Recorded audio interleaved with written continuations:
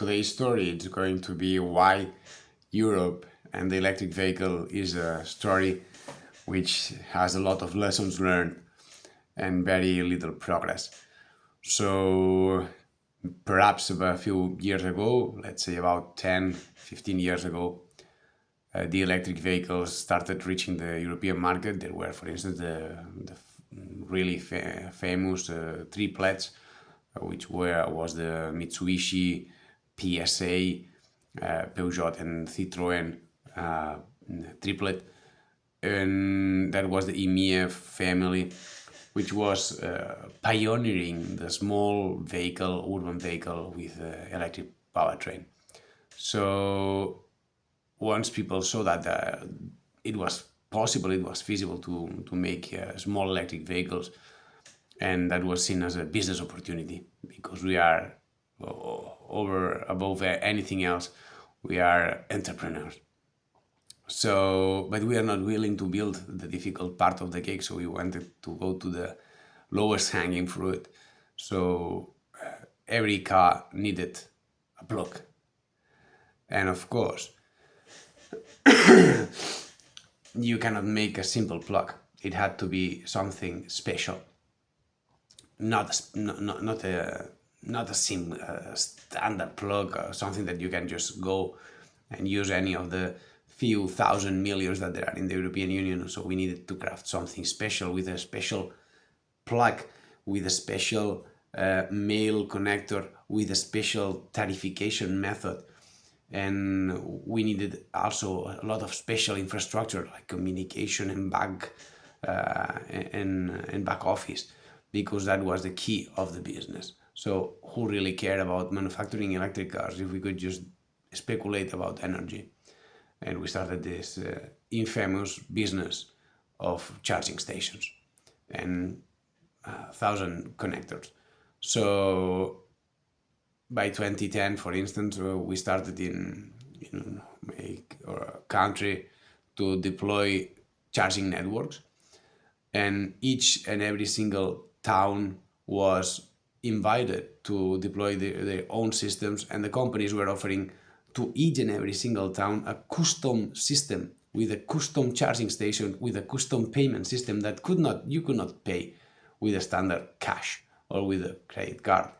You had to subscribe to and give your personal data, your vehicle data, all your identification data, and also you had to provide your credit card number and many other things that once you had loaded everything into the system, then you could go with a special card, because it was also proprietary hardware, had to go with this special card into the born, and the born was often not working.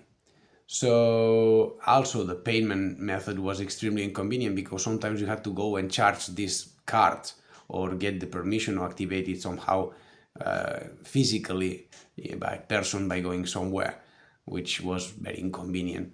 So the whole way the charging station and those nodes were implemented in terms of business model from a business school, that's a brilliant idea, because you try to catch the value in the lowest or the lowest hanging fruit, so that the most inaccessible, or where you could catch the users, because they will need that. And instead of using an existing infrastructure that could leverage the scale up of the deployment of electric vehicles. So that was a complete disaster. So in 5-6 years, the charging stations were replaced over 3 and 4 times. So taking into account that every single plug was costing, or single station was costing about 3,000 euros per installation. So, and removing cost could be probably the same, because you have to dispose a lot of very not used equipment, so almost new, because there were not so many often charging vehicles in there. So that was a massive cost, and a lot of money was dumped into something that was not adding any value to the supply chain or to the users. Also because the early users were people which had enough power to afford expensive vehicles, and they had big power stations at home, so they could charge it with no problems, or in their factories, in their companies. So that was one of the hard points, and I think that this is one of the lessons learned. Standardize charging stations, use existing payment methods. Do not try to invent anything that is completely crazy, that runs on crazy software, that you need a lot of players in between, that you don't know what do these middlemen do other than speculate about the energy price. So because you cannot buy the energy straight to the distributor, you need to have another intermediate middleman, strawman, that could speculate and buy the energy, sell the energy, and then you have to have a subscription plan with so many megawatt hours, and that was creating something extremely complicated. And also having this local impact and not thinking about Europe-wide grid was one of the big issues, because just in the Barcelona area, for instance, in 2012, you needed about 27 cards in order to be capable to plug your car in a public station in open space. Of course, there were private parkings that you also needed sometimes a proprietary card, and very peculiar and twisty method of payment.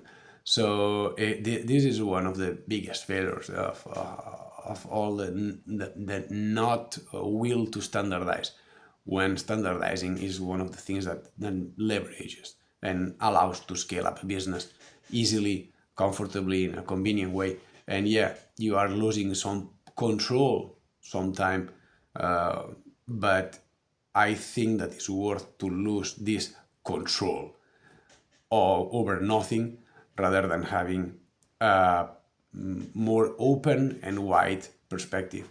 And on the other hand, I have to say that I strongly believe that this is the key of success of personal mobility vehicles, because they are cheap, because they are convenient, because you can charge it easily and comfortably everywhere. The only drawback of this policy is that having so many low barriers, entry barriers in the market, allowed not so good products to enter the market with very little reliability, with poor charging methods and poor charging controls. And this is causing from time to time even more fires indoors, in office spaces, in buildings, in households. So the key for success of small personal mobility vehicles has to be taken from this. They were cheap, they were affordable for everyone, and especially they were easy to charge without tweaky, complex methods for charging. So you can just go charge up if it was your vacuum cleaner. And that was one of the most interesting things, and one of the most important lessons learned on the successful deployment of electric vehicles. That's why people move on small, lightweight electric vehicles rather than big ones. And the big ones are coming smoothly, but not because things are getting easy at all, but because people get used to and they can afford it somehow with a lot of effort, because still they are falling pretty much away from the middle class in EU. That's all for today. Wish you enjoyed it.